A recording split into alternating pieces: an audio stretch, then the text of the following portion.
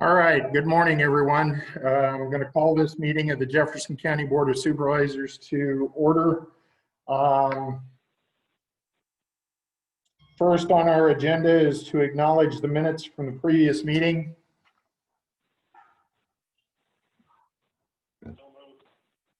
Okay, I got a motion from Dimmitt, a second from Hamilton. All those in favor say aye. Aye. All those opposed, same sign. Motion carries. So we'll move on to meet with our county engineer, Scott Klein. Morning.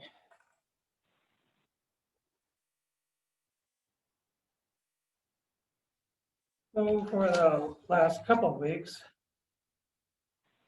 we've been lighting roads, bridge cutting, under and around bridges, and for visibility for school buses. And brush cutting with the boom mower in District 2, with the mulcher in District 1. Doing ditching on a dirt road, Quince, south of Pleasant Plain Road. And equipment maintenance, mowing on pavements, get all that brush down for visibility and being able to see deer jumping up out of the ditch. And then stockpiling on certain spots, sign repair and installations. And there's quite a bit of trash piled up from bridges that we'd taken down and brought the materials back to the office or to the shop to sort through, and trash that people have dumped in the ditches. So a lot of that was hauled to the landfill. Okay.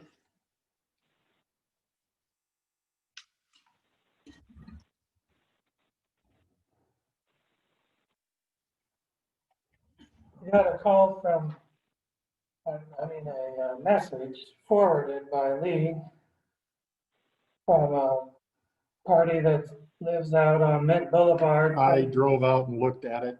Yeah, that's pretty bad.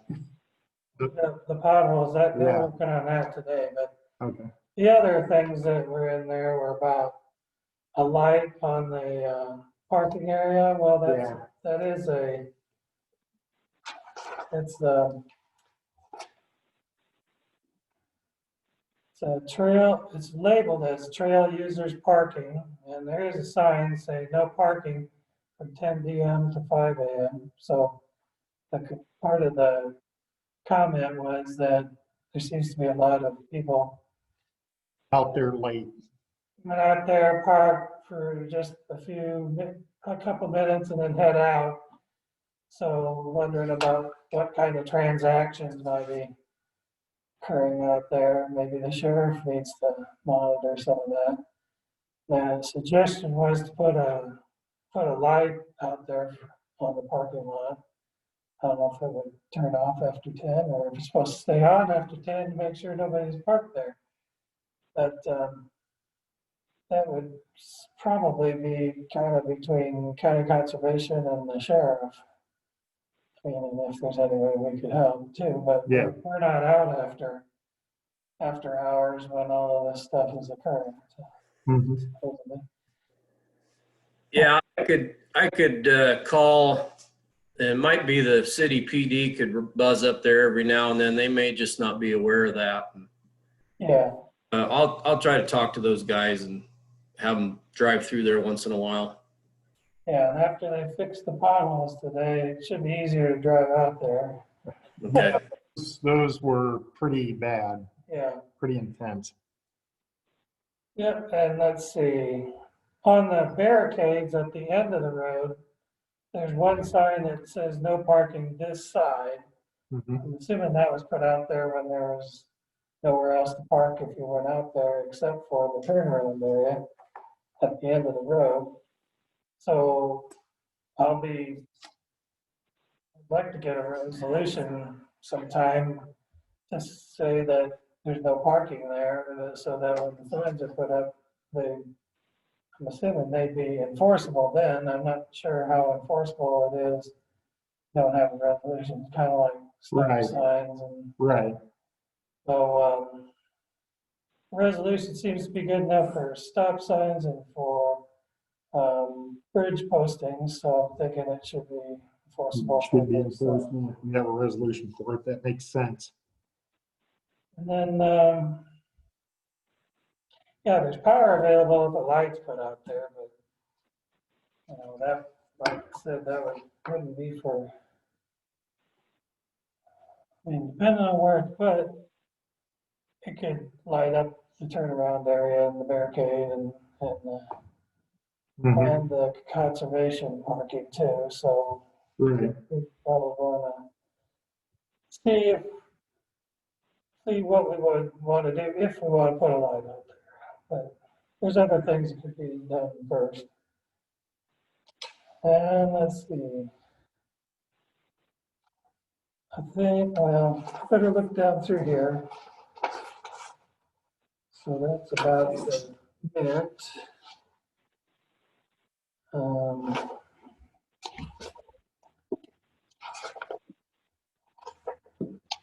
I think that's all that I had to say for this portion, for this report.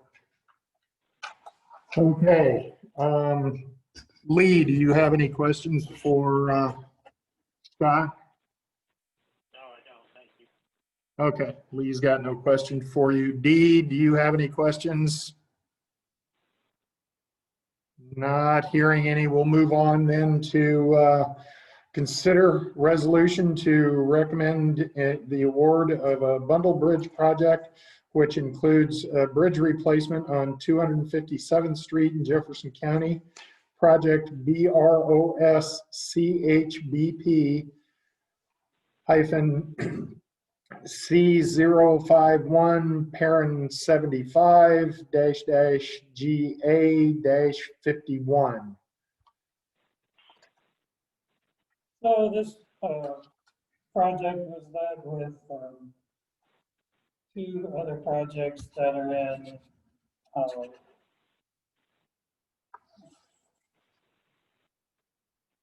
the next county over, Right. It says here. Buffalo County. Buffalo County. So our project came in under the estimate by Calvin Burns, and it came in under the $500,000 program. Right. The estimate was 409,000, That's the bid. or the bid was 409,063 cents. And the estimate was, something like 423,000. So it's definitely in Jefferson County's favor to proceed with it, and Warren County, Jeff Skulberg over Warren County wants to proceed too. So he's taking, this resolution's passed today. I'll forward that information to him, and tomorrow is when Buffalo County will consider their consideration of the project.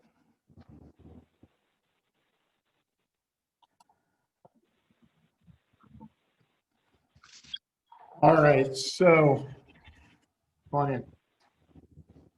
Yeah, you can sit down over here if you want. We're in our meeting right now.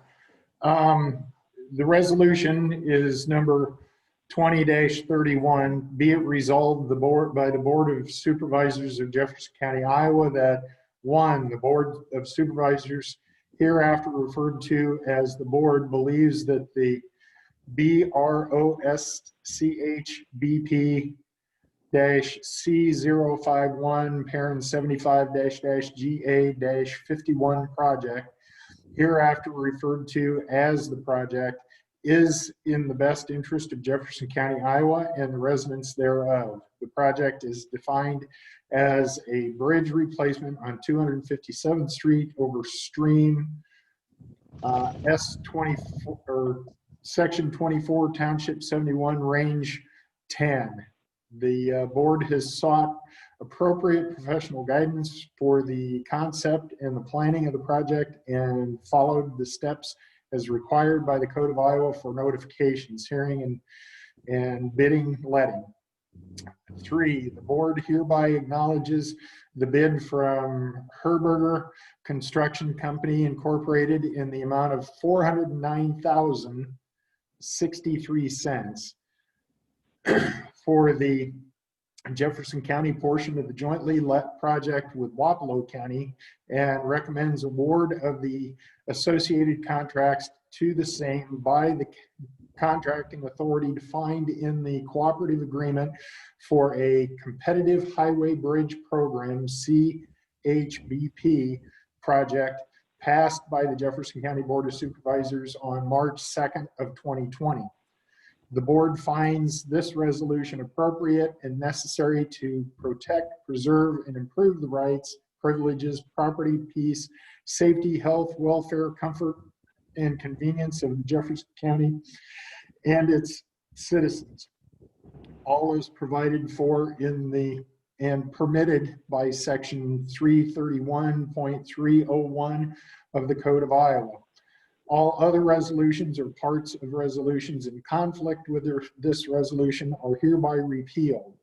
If any part of this resolution is adjudged invalid or unconstitutional, such adjudication shall not affect the validity of the resolution or action of the board as a whole or any part thereof not adjudged invalid or unconstitutional.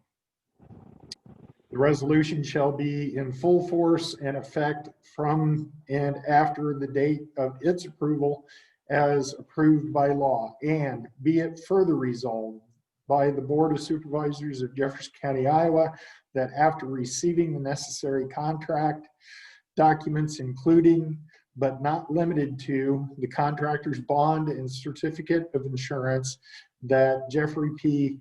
Skalberg, the county engineer for Wapello County, Iowa, be and is hereby designated, authorized, and empowered on behalf of the Board of Supervisors of said county to execute and the contracts in connection with an awarded construction project let through the Iowa DOT for this county, dated at Jefferson County, Iowa, the 7th day of December 2020. So I would make a motion to approve this resolution. Do I have a second? Yeah, I'll second it. Okay, I have a second from Sandquist. All those in favor say aye. Aye. All those opposed, same sign. Motion carries. So.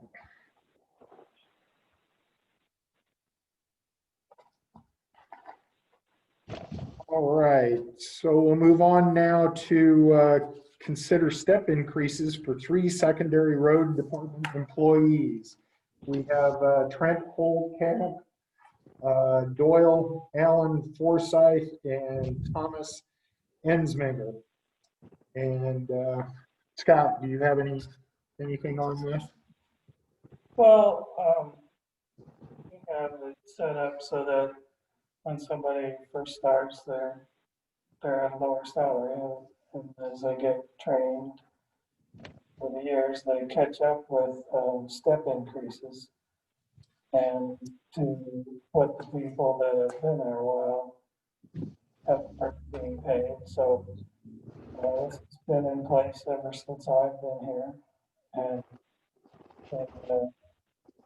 time has come for the step increases, and they're about 40 cents. Step is about 40 cents coming in per hour. And it was 35 at one time, but as we increase percentages and things like that, in order for them to catch up eventually in there at the 40 cents. Okay, so I have a resolution to award Holtkamp, Forsyth, and Ensminger step increases. Holtkamp will get a longevity.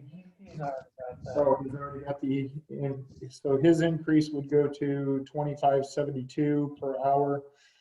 Forsyth will go to $23.13 an hour, and Ensminger will go to $23.56 an hour. I'll make a motion to accept those increases. I'll second it. I have a second from Sandquist. All those in favor say aye. Aye. All those opposed, same sign. Motion carries. All right, we'll move on then to discuss and consider weed commissioner change. We received a letter from Dan Miller, our current weed commissioner and environmental health officer here in the county. I'm writing to you because I think the county would be better served if the county road crew took over the weed commissioner's position. There are 5 road crew members that have their commercial pesticide applicator state certification, which is a requirement to be a weed commissioner. This way, there could be a weed commissioner and 4 deputies. The road crew has experience with mixing herbicide, spraying, and mowing weeds, so they could give information based on experience to residents of Jefferson County. There could be 5 sets of eyes on the county roads instead of 1 set. It would not be cost to the county, and it would actually save the county funds because the sanitarian wouldn't need to get continuing education to maintain the applicator certification. The sanitarian position is under the Board of Health, and the weed commissioner's position is under the Board of Supervisors, which has and can cause some confusion. The road crew is under the Board of Supervisors. The sanitarian position is part-time, and the road crew positions are full-time. 8 surrounding counties have road crew members as their weed commissioners. Considering all these facts and benefits to Jefferson County, I respectfully decline the appointment of weed commissioner in January of 2021. Thank you, Daniel J. Miller. And then he had attached some information about the budget for that position and the county weed commissioner minimum standards that go along with it. We've had a little discussion on this in the past, and I'll ask Lee, do you have any comments on it first? Because it's kind of tough to hear you in here. It's like you're not very close to the microphone. This better? A little. Go ahead.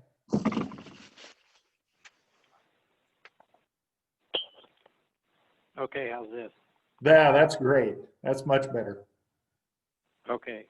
The only thing I have to say is that I did send an email to Scott, and Scott once again reiterated. In fact, the email conversation I believe is in the packet, and he said that the DOT emphasized to counties that anything done outside of county right of way that has nothing to do with county roads is prohibited. So obviously you can't force Dan, and I'm not suggesting that we do. I'm just a statement. Scott has indicated that he doesn't believe it belongs in the road department, so I guess the question is, where do we go from there? I did reach out to Bruce Hudson at Russ. They are willing to do it, but they're willing to do it, but at a cost of $3,500 a year. So, Okay. In Dan's letter, it refers to there are 8 surrounding counties that have road crew members that are weed commissioners. How does that work then, Scott? Not necessarily surrounding counties. Scott County is not a surrounding county. They have a lot of personnel, a lot more personnel than we do. Okay, so which counties that are closer to us that have comparable sizes to our road crews do you have that Henry, do this? Henry County does this. I don't know how to accomplish it. Maybe they don't do that great of a job. If they are weed commissioning, I mean, most of the weeds in the county are not in the right of way. The ones in the right of way, I mean, we could take care of those and expend secondary road fund money, but the ones that are outside of it, anytime we spend looking for those, we're prohibited from using county equipment for non-roadway purposes. So, drive around looking for weeds out on private property, and time you spend talking to those people, you are outside of, unless you've got a separate budget set up. It's not like there's no increase in cost to the county. The increase in cost would be anything that we do that would be outside of the right of way itself. And I mean, in terms of communicating, spotting, and all of that. So you'd have to have a separate fund set up, and they'd have to probably grab a different truck or something and go drive around looking for that, like a non-road department truck. I mean, this information just came out in January, and it more or less says don't use county for non-roadway purposes, don't use personnel time for non-roadway purposes if you're going to pay for it out of the secondary road fund. So, I mean, that's the road, is that fund. So, just ignore everything that's outside of the road and probably take it on, but then we have to spend our time doing that instead of spending our time taking care of the roads. There are some places that the county owns property next to the road, so there are a few places the county sprays weeds if they're on the list of noxious weeds. There's we do some spraying around bridges, no matter whether it's weeds or not. We got to keep vegetative growth down, and they can't mow with all of the guardrail and things like that there, and riprap. And when we do work with the boom mower, it has some diluted herbicides in it that require for the person to be certified. But any work they'd be doing towards that if they were to take on the duties of somebody, one of them being the weed commissioner, they'd have to keep that as separate on their Time sheet. Yeah, and it's going to take away from everything else that they're doing. Okay. Hey, dear. Budgeted $3,000 for the weed commission. And Lee, you had said that Russ had given an estimate of $3,500 to do this. Is that an annual basis? Yes. Hey, Lee, Yes. does Russ, their amount include mileage and everything the similar as to the nuisance contract? Yeah, that's the fee. There's no additional charge. Okay. Hey, Darren, it's Chris. Can I say something? Yes, Chris.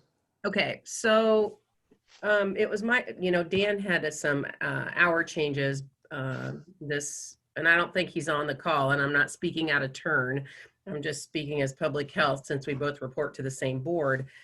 It may be something that the supervisors would want to put back on the Board of Health for discussion and see how that's going to look.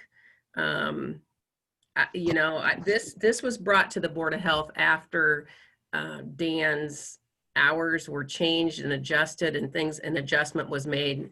So I would make the recommendation to the Board of Supervisors to send it back to the Board of Health for further discussion. And I agree with you, Chris, because I think I attended that Board of Health meeting when that discussion was made, and it's my recollection that everybody was kind of like, why are you bringing this up now? Because it should have been brought up at the time his hours were changed. So I agree with you, and I'll make a motion to take this back to the Board of Health and get a recommendation from them. Okay, I have a motion to return this back to the Board of Health. Before we go that direction, and I don't particularly have a dog in the hunt, but I need to hear from the attorneys. Why, and don't misunderstand anybody, I'm just asking the question. Seeing as how it comes out of the County Board of Supervisors budget, why would we put it at the Board of Health? And if it is under the Board of Health's umbrella, it should come out of that budget? That's a question, not a statement. I think to help answer that question, I think the Board of, Excuse me, Dee, we kind of lost you.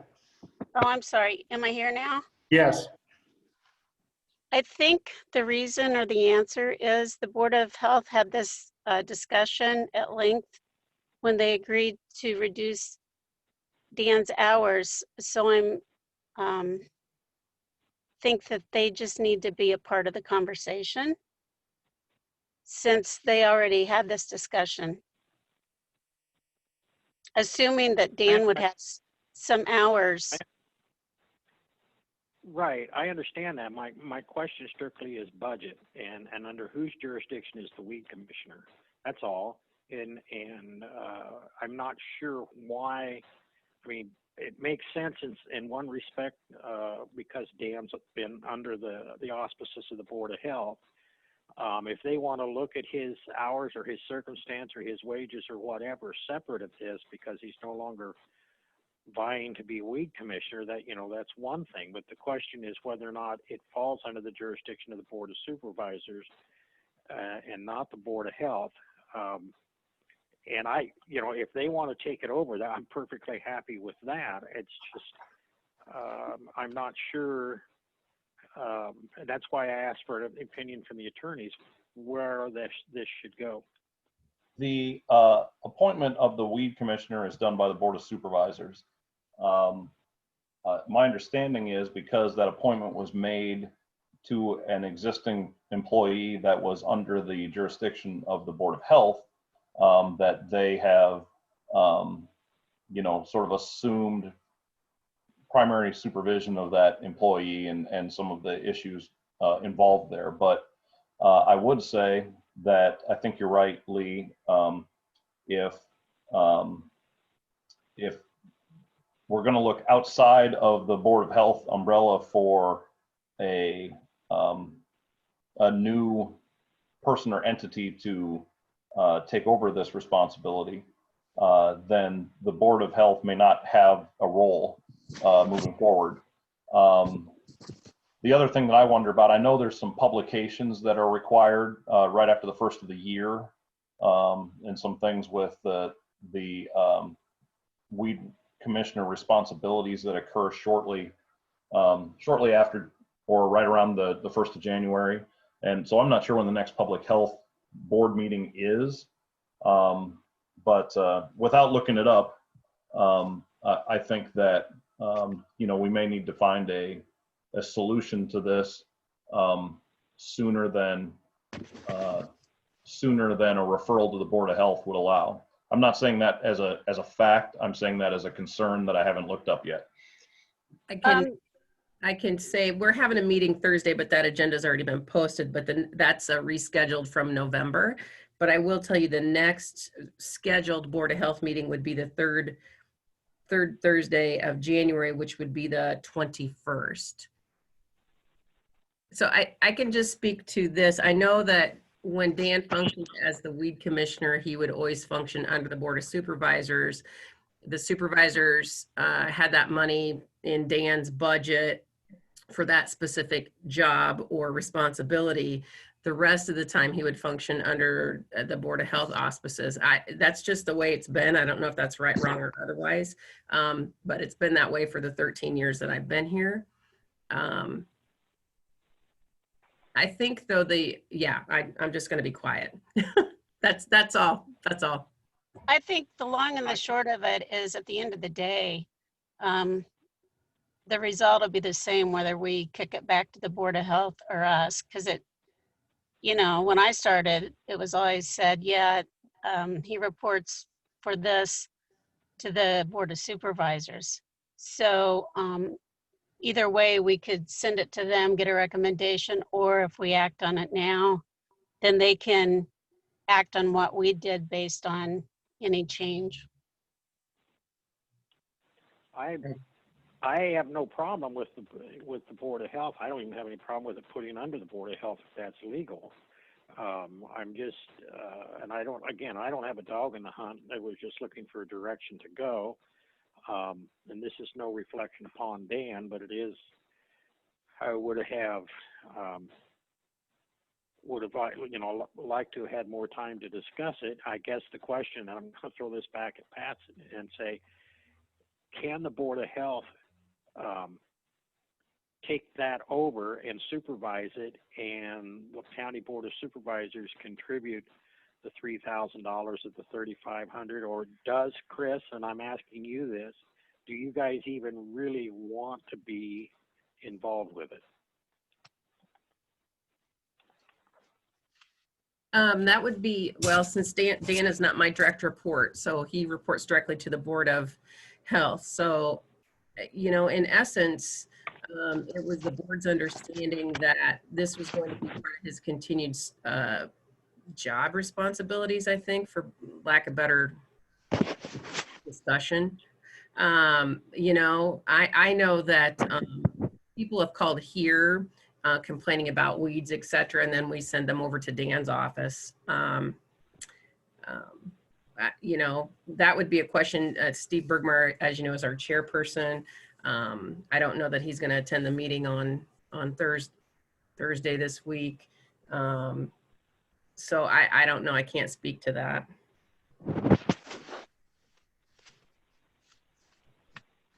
Okay, so do we have any more discussion? I know Scott has something he'd like to say.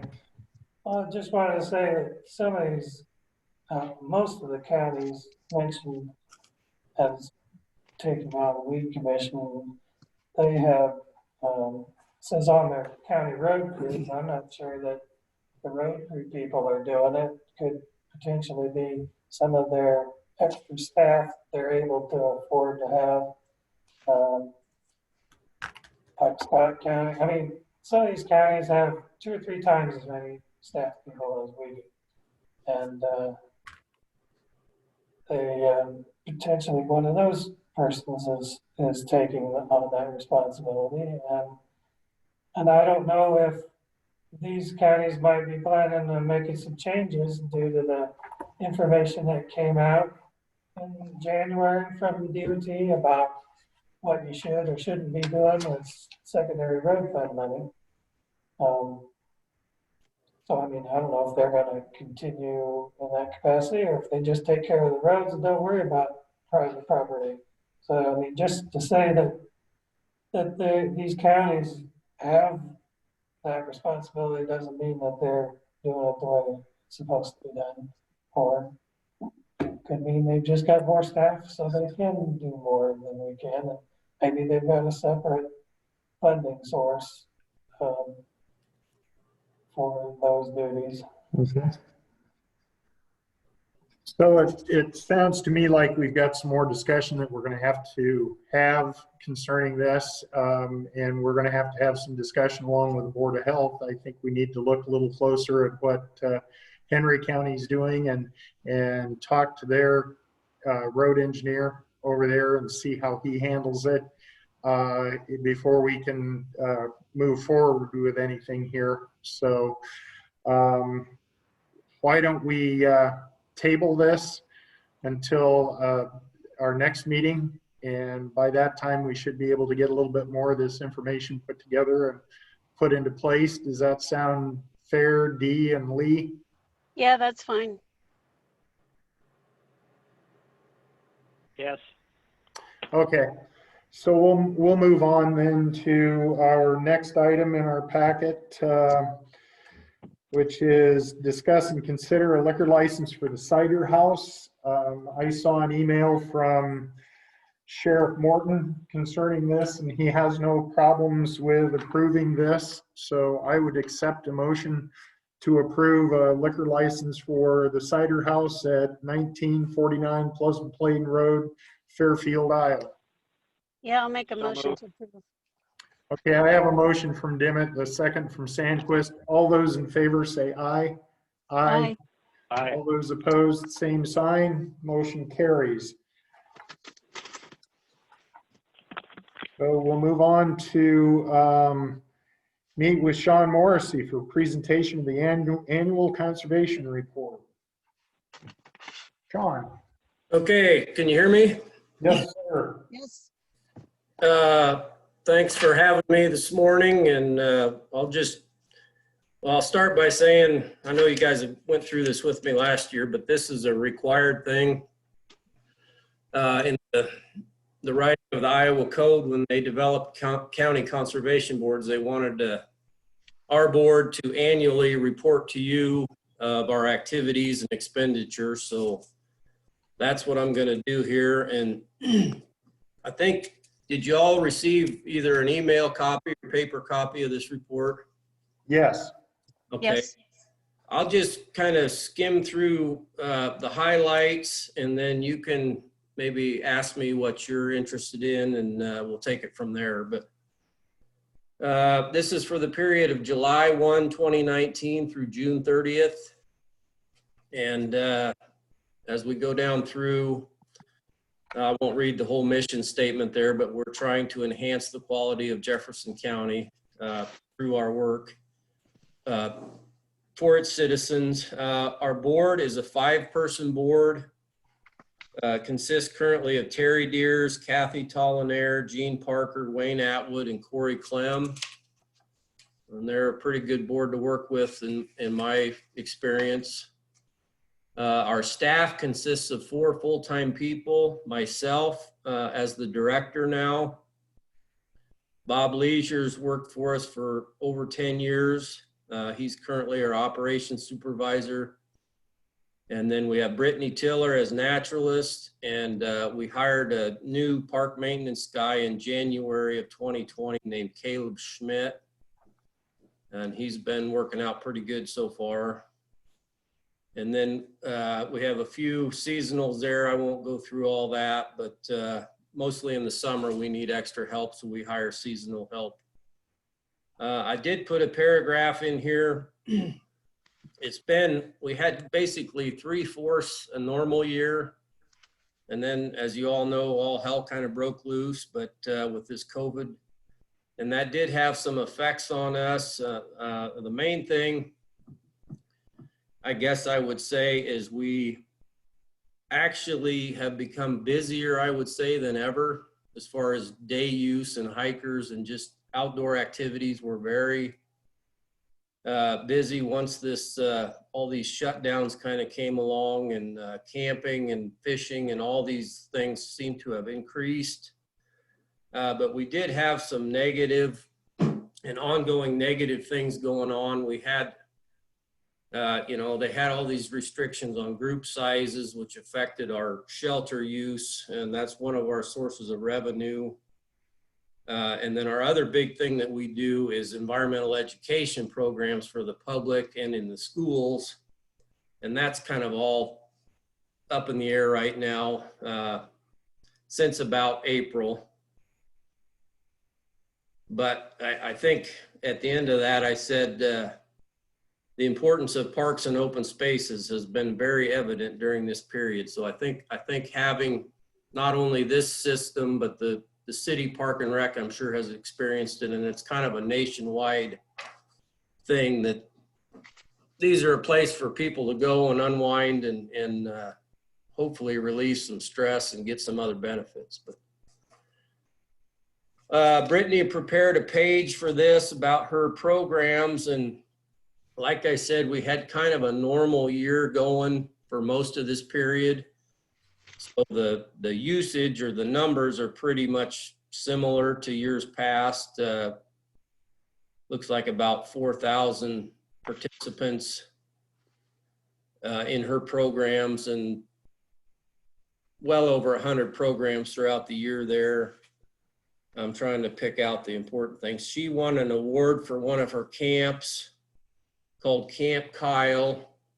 And this is a camp for basically kids that can't, through their family or other mentors, get the experiences like hunting or fishing or canoeing, just basic outdoor experiences. So it's geared towards them, and it's like a day-long program. And evidently the word was out in the state and that's something she was doing. So she won an award for that. A lot of the other thing I haven't mentioned, but just like this meeting we're having now, a lot of what she's trying to do kind of transform to this virtual. She's got videos on YouTube now. She does similar, and I'm not sure if they're Zoom, or how they're doing it with the schools, but they're virtual learning experiences with the schools, and then several other similar types of things like that she's been developing just to keep contact with the public through this COVID business. Okay, I'll move on from that. There was no land acquired, and there were a few equipment purchases. We got a new pickup during this period and a snow plow for that pickup, which is going to be nice for us. We've bladed snow on our roads for years with a tractor and blade, and the pickup's going to definitely be a better way to go, I've discovered. But some radios and computer stuff there, nothing real earth-shattering. The work project's completed. We've got a couple new signs up, one for the park here and one out on the wetland on the bypass, kind of letting us take credit for taking care of that area. It was quite a challenge getting that sign up because there was no vehicle access into that area, but overlaid the entrance road, which was about a half mile of seal coat in Jefferson County Park. It was fairly major expense for us. And then miscellaneous projects, let's see, along with all this virtual stuff, we've got a new website. It's jeffersoncountyconservation.com, and that's got all our area maps and things. It's pretty nice. We continue to have a deer hunt in the park. That's been fairly successful over the years. During that period, 12 does were taken. It's an archery hunt only, but we're hoping it at least helps a little bit with the southwest edge of Fairfield's deer problem. But continue to work. We have a conservation foundation. Mentioned the members there: Corey Clem, Gay Chapman, Sylvia Fredericks, Jim Sherman, and Dennis Lewiston. And that's just a little side money that helps us out with special projects. Awarded 2 Carl Zillman scholarships to Sophia Minert and Tessa Siebert. We're able to do that every year because of a donation from a past board member, Carl Zillman. This was a good one. We got 911 addresses for all our areas. We didn't have that prior to this time, and that some of them did, but some of our outlying areas was kind of hard for law enforcement or ambulances and that kind of thing to get onto at times. So I think I'll move on there. Mentions a couple places. It's actually done. It's been done this fall, but we constructed a new pond, and we were awarded that money in this period, this last period that I'm talking about. Basically, we got a 2-acre pond and a nice renovation on Zillman Hickory Hills for funded through fish habitat or fishing license money. We've got planned to renovate the office here in this next period. I'll get to McCoon Access here in a little bit when I report on our revenue, but we're going to try to do some improvements on that area because it's kind of shown to be probably our second most popular area as far as usage. So I talked about improving the camp pads, and the pit toilet down there needs some work. I was interested in you talking about the weed commissioner earlier. We've kind of had our own ongoing battle with invasive weeds and noxious weeds. That we seem to be losing the battle, but we're trying some more aggressive techniques, and hopefully we can get a handle on some of that. We're kind of currently working on. And this hasn't been going real well yet either, but everybody wants their reservations online for like cabins and paying for shelters and different in our environmental programs. Even we've begun doing that, the signups online, and we're continuing to work on that. Probably by this January, we're hoping to have our cabins so that the method for reserving them is through a statewide website called My County Parks, or they can go through our website. Otherwise, I'll skip on here to our revenues, and I've given you a listing. We've done this for several years, but basically it shows kind of what I was talking about. Our shelter reservations were down,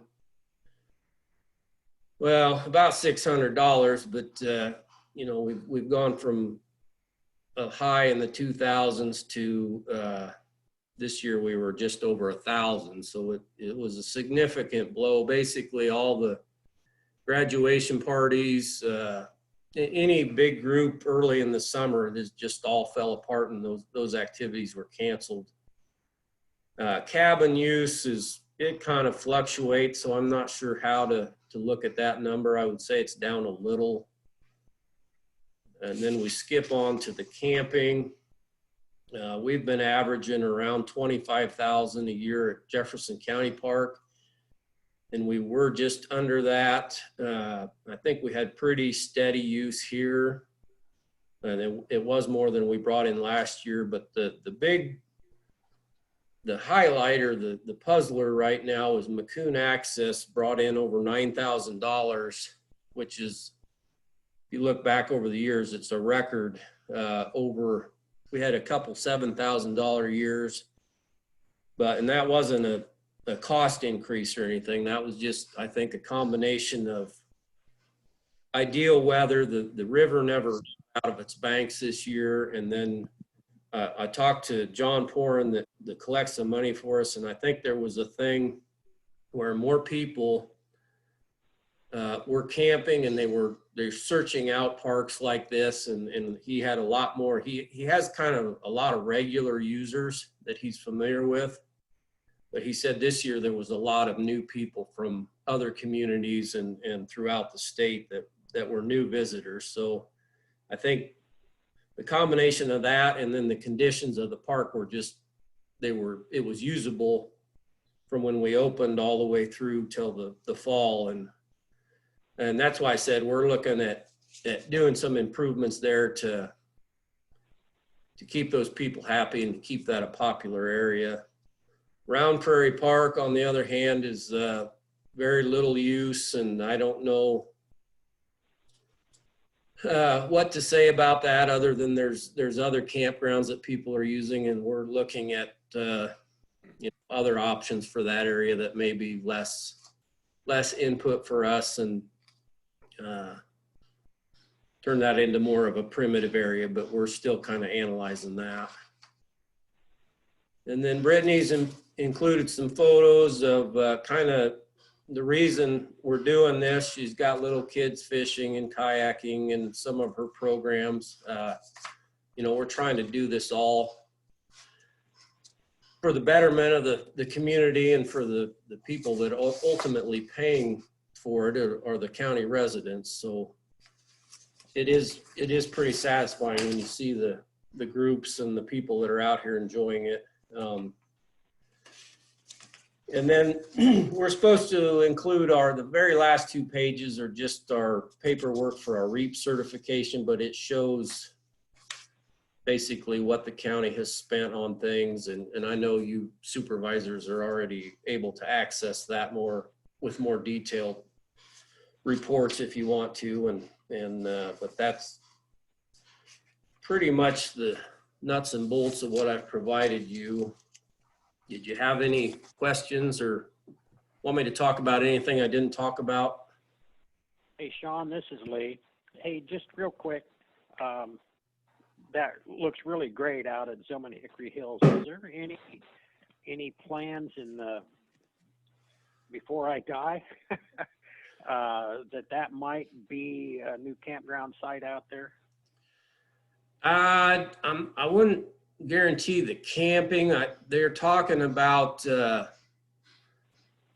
making it a little more developed as far as possibly a shelter or a trail, or we're kind of easing into that just because we're, on the one hand, we feel like we're maxed out on what we're taking care of, but we've had a lot of requests for that.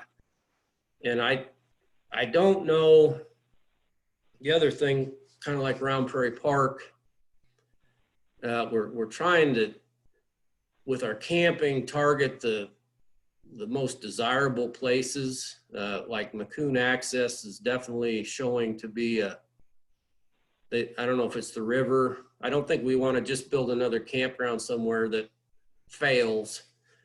So I'm not sure if I'm answering your question. I would say if you live a very long time, it's possible, but if in the short range isn't to necessarily put campsites at that location, but what we may do a little more development around that pond. It's close to Fairfield. It's got some good things going for it. It's on a paved road. So it is a potential development area that may get more public use. And I think what we've done, they're opening that up and putting that pond in. The pond isn't full yet, but that may make it more attractive to the public. So I won't say no to the camping, but I don't think it's going to happen immediately. Also, are we going to, in the near future, move on to the Holmes property?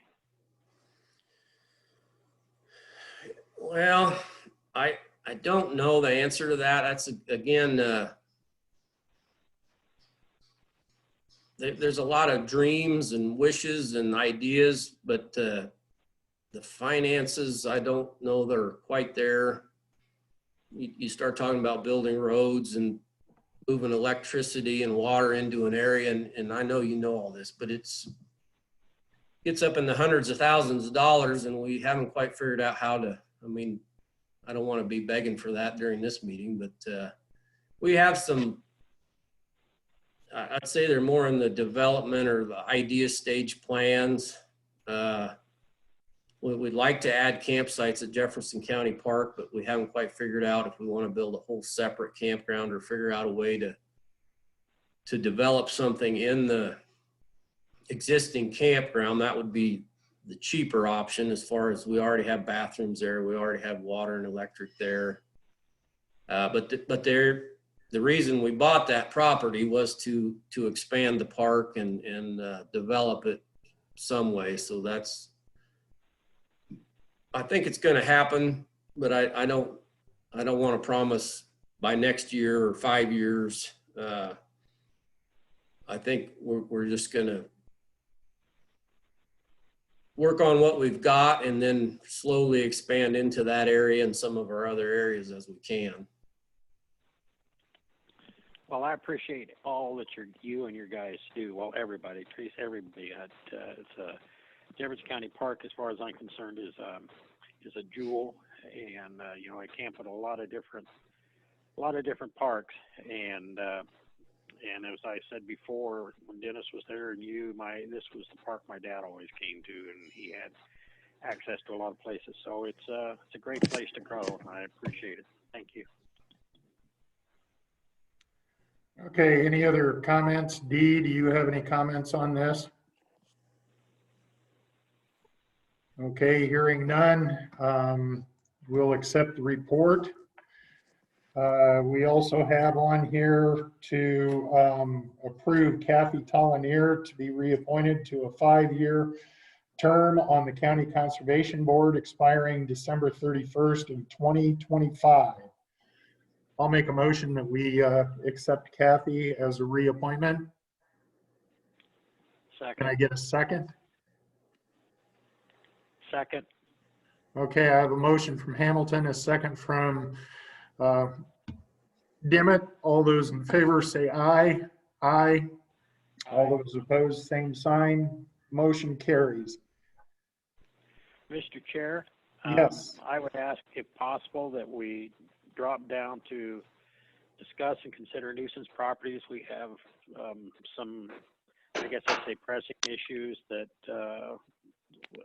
wanted to bring to the board's attention. Okay, we'll do that. We'll move down to discuss and consider nuisance properties. I know that we've had 2 locations that have been having their major cleanup going on, the one in Abingdon and the one in Lindy. So Lee, can you bring us up to speed a little bit more on that? Abington is done. All things considered, it went pretty smooth. The crews did a great job. Sheriff's Department, Kent Hummel and Bruce Hudson from Russ. We will be moving into Linby tomorrow or Wednesday. As we speak, probably we have a contractor out looking at the Perryman property west of town. He asked that a deputy be there because he wanted to be able to enter onto the property to get to the back of it, just to make sure before he submitted a bid. I did have a conversation with Chauncey and with Pat, I don't know, mid to late last week.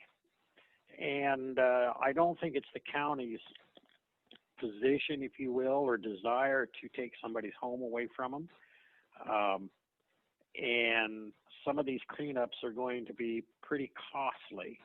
And some of these folks are probably not going to have the financial wherewithal to pay those invoices within a 30-day period. And so the property would be listed, or the assessment would be placed on their property tax, and they potentially could lose their property at a tax sale.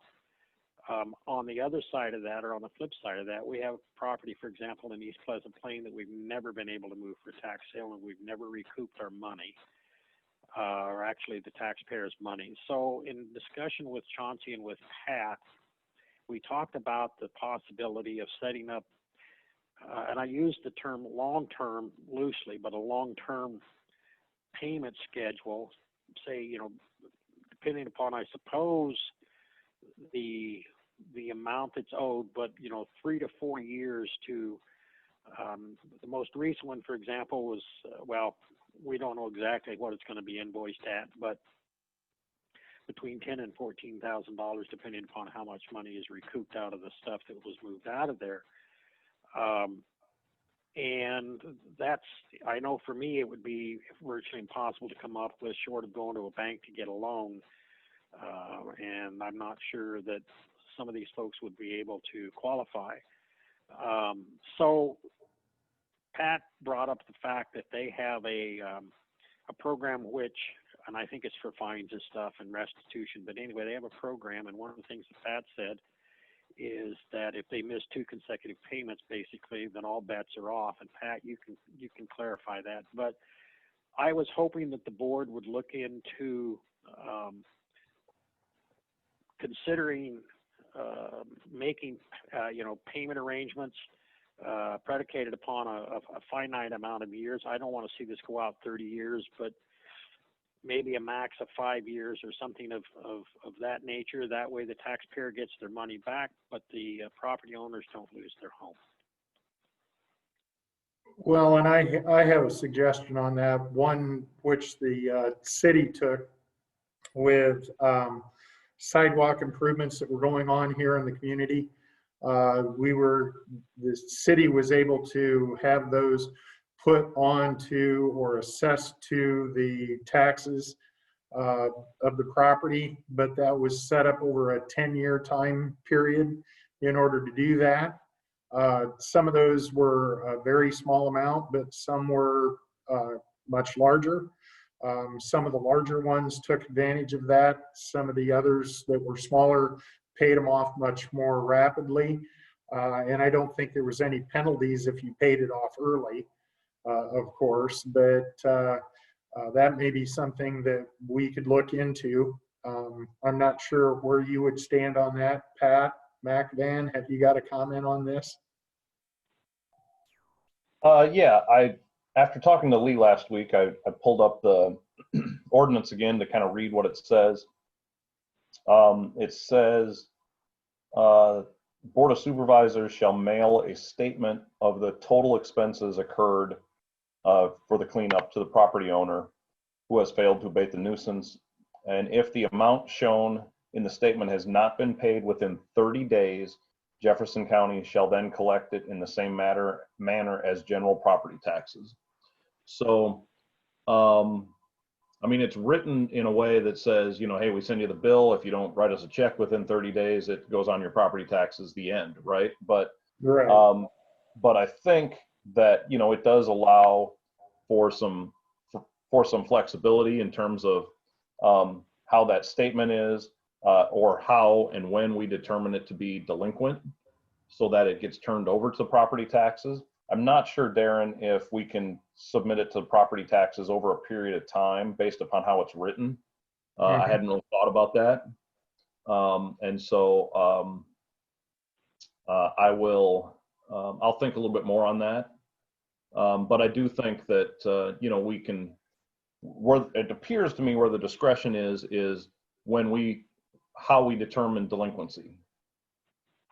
And so, you know, I think that there is some ability to work with folks, and I wanted to, I appreciate the board thinking about that, because I'm not sure I thought that it was going to be as expensive as it is to do the cleanups. And so that's a significant obligation to the folks that we're working with. And Lee is right. At least my perception is that the intention is to just get it cleaned and let people move on, not necessarily to, you know, cause a housing crisis for the folks involved. Okay. All right. Any more discussion on this, Lee? Well, like I said, we've got one that's coming up pretty quick. So, I mean, if the board, at least, I guess what I'm looking for is that, and I know the attorney's office is, I think, on board, is that if the board is desirous to make sure that as best we can to make sure that people stay in their homes, then maybe Pat or Chauncey or all of them collectively might come up with some type of program similar to what they already are doing and what that would look like, and for the board to, you know, for the board to digest. We've got one that's going to be coming up pretty quick. I hate to rush the issue, but by the same token,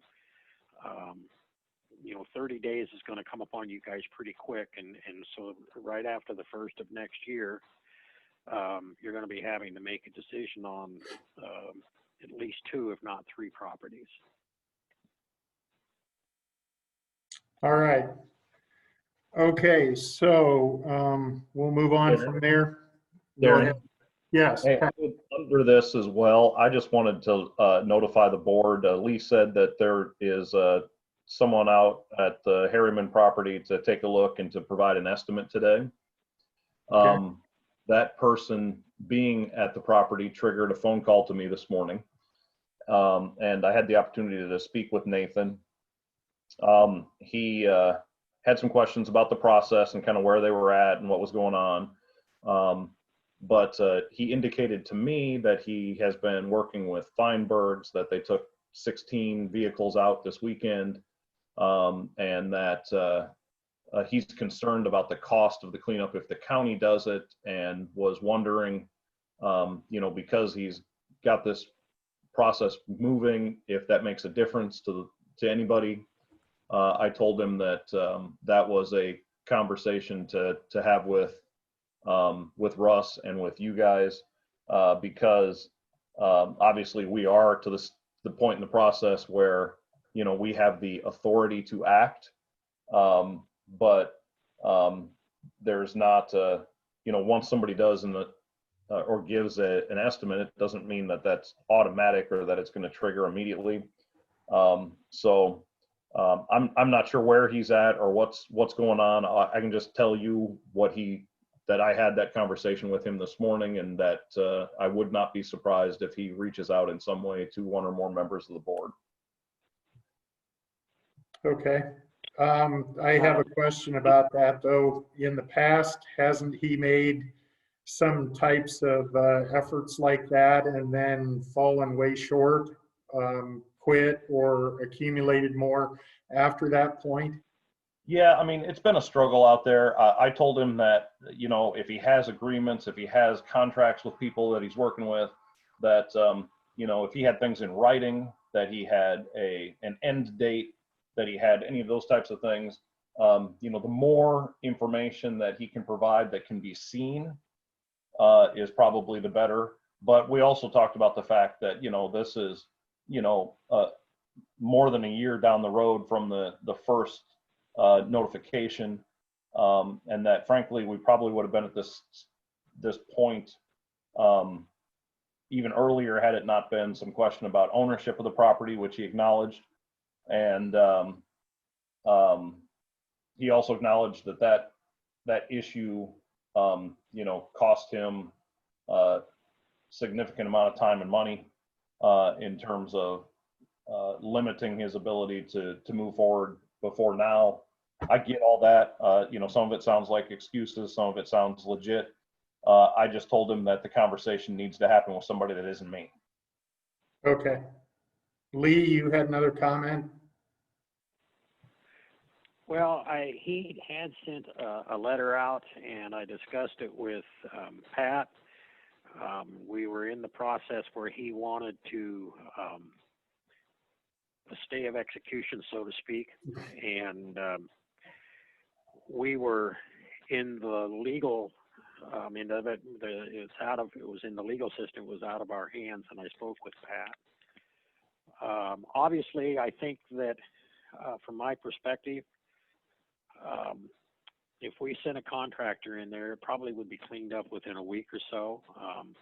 I don't know if that's reasonable to expect anybody, including Nathan, to be able to do it in that short a period of time. But by the same token, as Pat indicated, this is going on 2 years, if not a little bit longer, and there'd really been no effort made. We gave him an extension.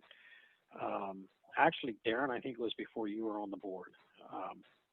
And he came in with a fellow that he said was going to move the cars. So I'm not particularly sympathetic, but ultimately I think our goal is to get it cleaned up and at the least cost possible to the taxpayer. And if he can accomplish that in a relatively reasonable period of time, winter's going to be upon him. I don't want to see it wait till next spring, but if he can get it totally cleaned up in the next couple of weeks, I guess I wouldn't be opposed to that. Pat, where are you on that? Well, it's not up to me. I just told him on the telephone that I actually told him that letter had been received, but that it was sort of unclear as to what he was asking for. It seemed like a request for an appeal, which was untimely, so nothing happened with it. And that's why I suggested that he have more detail when he communicate in the future. And the other thing that I told him is that he needs, the decision lies with the board in terms of how quickly they want to move. Just because there's an estimate doesn't mean that it's the cleanup is automatically going to happen in 5 days, 7 days, whatever. There's still a process, but that we're getting towards the end of the process. So whatever he's going to do, needs to be done. I agree. And I think the other thing to look at in regards to quote appeal, the ordinance is pretty clear on that. And we arm wrestled with that here when we first contracted with Russ and had the policies and everything written out. But the ordinance is pretty clear. When they're cited, they have 30 days to come to the Board of Supervisors. And basically our role is to determine whether or not it meets the definition of a nuisance. We no longer are in the process or in the business of granting extensions. We did do that, there is no question, and we as a board decided that we were going to adhere to what the ordinance says, which is if it meets the definition of a nuisance, then they need to move forward. But we've always said, if we see progress being made, then we will continue to monitor it, and as long as progress is being made, that's really all we're asking for. So I think it potentially can fall into that category as long as we're seeing progress being made. And I agree with Pat, we don't have to, just because we get an estimate, we don't have to act upon that estimate. And so I guess that's where we're at, but I would ask Bruce or Kent, and I can do this, I would reach out to Bruce or Kent, see what the status is there as far as, what their observations are. I think if the board starts to get back involved in them again, I think that's opening a Pandora's box. I think we need to adhere to the ordinance, but again, if we're seeing progress being made, I think that's better for everybody all around. Yeah, I think you guys have discretion here on the back end. You guys were using your discretion at the very beginning, which is what caused some of the issues. We're now on the back end of this. You have to use discretion. That's why you have the ranking list that you have and everything else, because you can't do all the cleanup all at one time because of it's cost prohibitive and because for another number of other reasons. So, you do have the ability, I think, without opening too much of a box, to take a look at this. But I don't think you have to make a decision today. I think that, the property owner needs to properly communicate, his plan and what's going on before there's any decision made. It's not my job to advocate for him. I just wanted you to know that phone call took place this morning. So if you get some communication, you're not caught off guard. Okay. So I think that. So are you going to then at some point get with Darren or whatever and regarding the first issue we talked about being able to allow people some time to pay off that cleanup debt? Yeah, we can talk further. I'm fine with that. I'm actually interested in knowing kind of what the authority was for the payoff for the sidewalk thing that the city did, if that was how that was written in their I don't know, ordinance or policy or whatever it was, to see if that's even possible for us. So I don't know if you have a way to get that, or if it's a conversation we need to have with Aaron or Melanie or whomever, but that I'm kind of interested in that. Yeah, I think we'd have to work with John Morrissey on this a little bit because Aaron wasn't around at the time that this took place, and very few are still there that were during that period on the council. So I think I'll reach out to John Morrissey at some point and see what he has to say about it and what we actually did at that point in time, because again, it's been quite a few years ago now, 5 or more, I would think, when that whole project was up and going. So we can get some information there. Okay, Pat? Yes, very good. All right, thank you. Okay, let's move back up to make committee reports. I don't have any myself. Dee is no longer on with us, so I'll go ahead with you, Lee. I don't have any. Okay. So are there any comments from the public? I know that we have Michelle Hoy on with us. Do you have any comments that you would like to make? Nope, I just wanted to listen in. Chris said it was okay, so. Yep, not a problem. So, all right, I just want to acknowledge that you were on and find out if you had anything that you wanted to contribute. So I would take a motion to allow claims and approve reports. So moved. And I will second. All those in favor say aye. Aye. Aye. All those opposed, same sign. Motion carries. I would move then to a motion to adjourn the meeting. So moved. Seconded. All those in favor say aye. Aye. Aye. All those opposed, same sign. Thank you, everyone, for joining us this morning.